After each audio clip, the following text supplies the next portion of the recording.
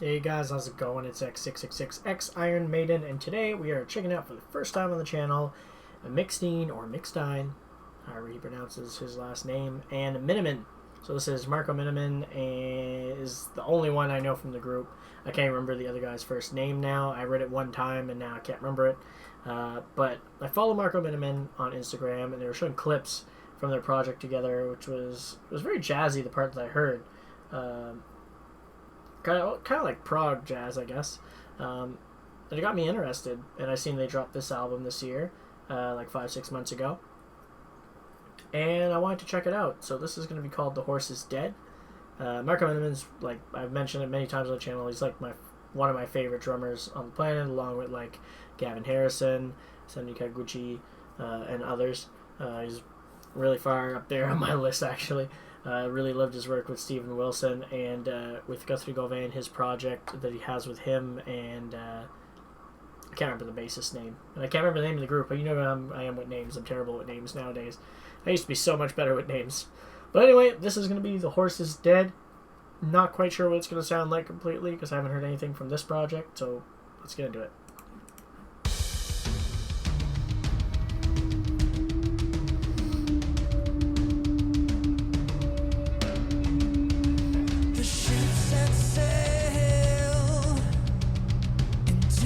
Drowning sun,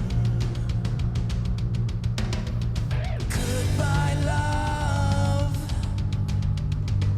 my heartless one. It ended as I said right from the start. The doors have closed. One last remark. When you walked in,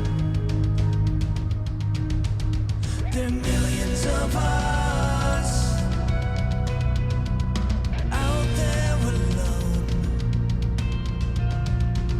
Millions of hearts waiting for a new home.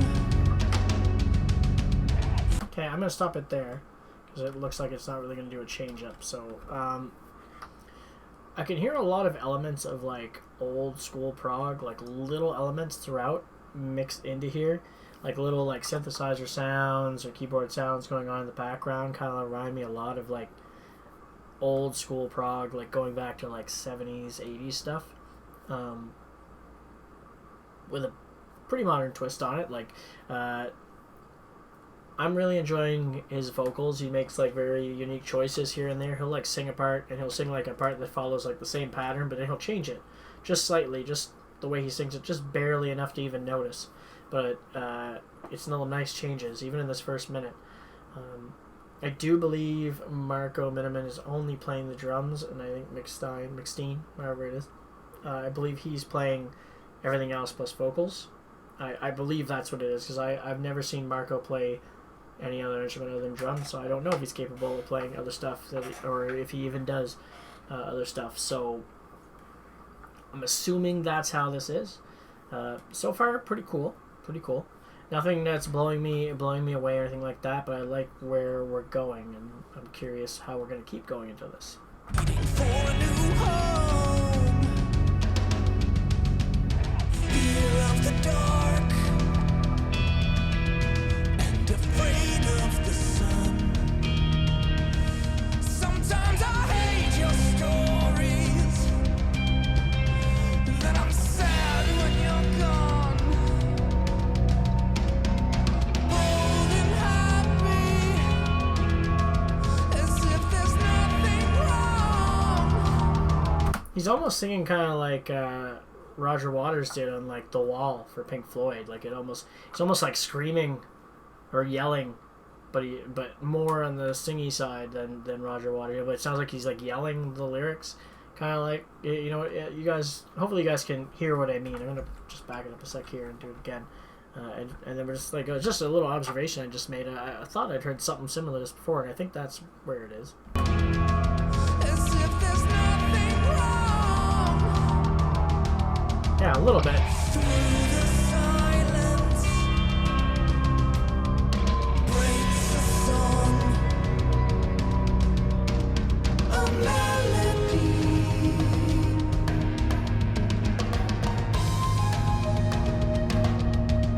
that's old school proggy too.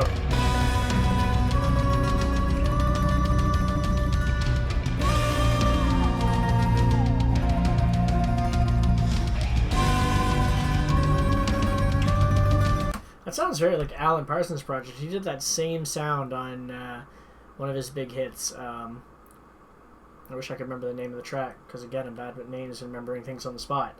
But one of his big hits had like that effect. I think it's a guitar effect. I'm not 100% sure. I think it's a strumming effect, but like with almost like no like any sounds put on or distortion or anything. It's just very clean and more like stringy sounding.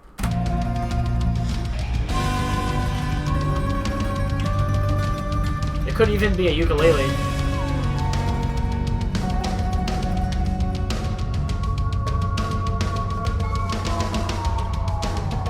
Once again, she's looking out for me. I sent her my love, but she loves pain. The words of love, the truth has been said. The rider lives, the horse is dead. So again, it's so far it's keeping like that same pace all the way through. I'm kind of keep hoping it's going to do something like big and different, but it's not, which is a little disappointing. I was thinking by now like I would get something. It could be coming right here too. It kind of feels like there's going to be another change here. But yeah, so far it's a very interesting piece and not going in any way, shape, or form that I thought it would be.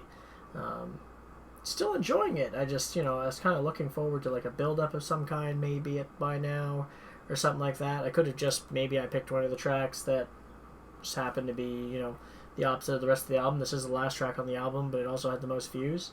So I thought maybe this was, more popular track, because it was significantly ahead by like a few, like 150 views more than the next highest ones. And they were basically all around, a few of the other tracks were all around that same amount. So, but maybe I just picked the wrong one too. I don't know. Maybe it's different, from all the rest of the album. So it's hard to say. Once you were here,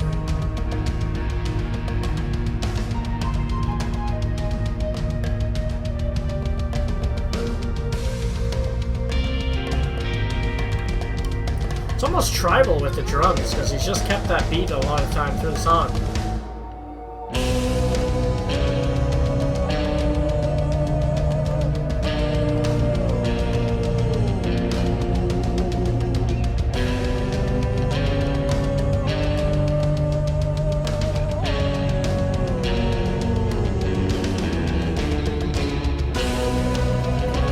There's a build-up.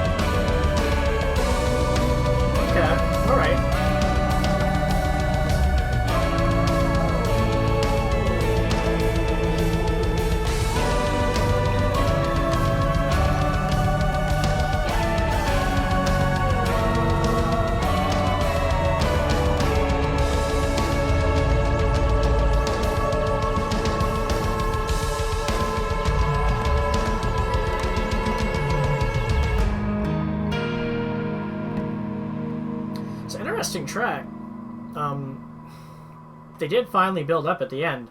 It was kind of like the section they built up before, but they went even further. So it was kind of cool. It's probably not a track I would listen to too much. It's very like same pace all the way through, with that little bit of changes throughout. The drums basically stayed the same throughout. It was still cool. It was kind of like a tribal feeling to it, but I don't know. I wasn't into the track as much as I thought I would be. That's the only thing, and that's all right. It's just sometimes tracks don't hit you. You know, you think you're gonna really enjoy something, and then you come by and do it, and it's like, oh, I didn't like it as much as I thought I would. Happens sometimes. A lot of cool things going on. Just maybe one of the other tracks on this album would be more, you know, more up my alley kind of thing for sound. I did really enjoy how they pulled a lot of classic like prog influences and threw it into the mix. I feel like they did that really well. There's a lot of very like a lot of sounds that I've heard in the past from old school bands. Like I said, Alan Parsons Project with like the strumming sound almost like it was on a ukulele. I've heard that on one of his hit songs. It almost looks like an homage almost to like Pink Floyd to a certain degree, almost with like the spinning record kind of thing and all that. I know it's probably not even, but that's what it just feels like to a certain degree. Especially with having like him yelling like Roger Waters kind of did on the wall, like I said as well. It kind of felt like that, I guess. Maybe that's why I say that. But meh. All in all, not a bad track, but not something I would get into. Like, it's not the track that's going to get me hooked into their project from the sounds of it. I'll have to check out some more probably on my own time and see how I feel about it. So hopefully you guys enjoyed the track anyway. If you did, make sure you hit the like button. Don't forget to subscribe to get notified when I drop new videos. And as always, you guys have a good one, and I'll catch you later.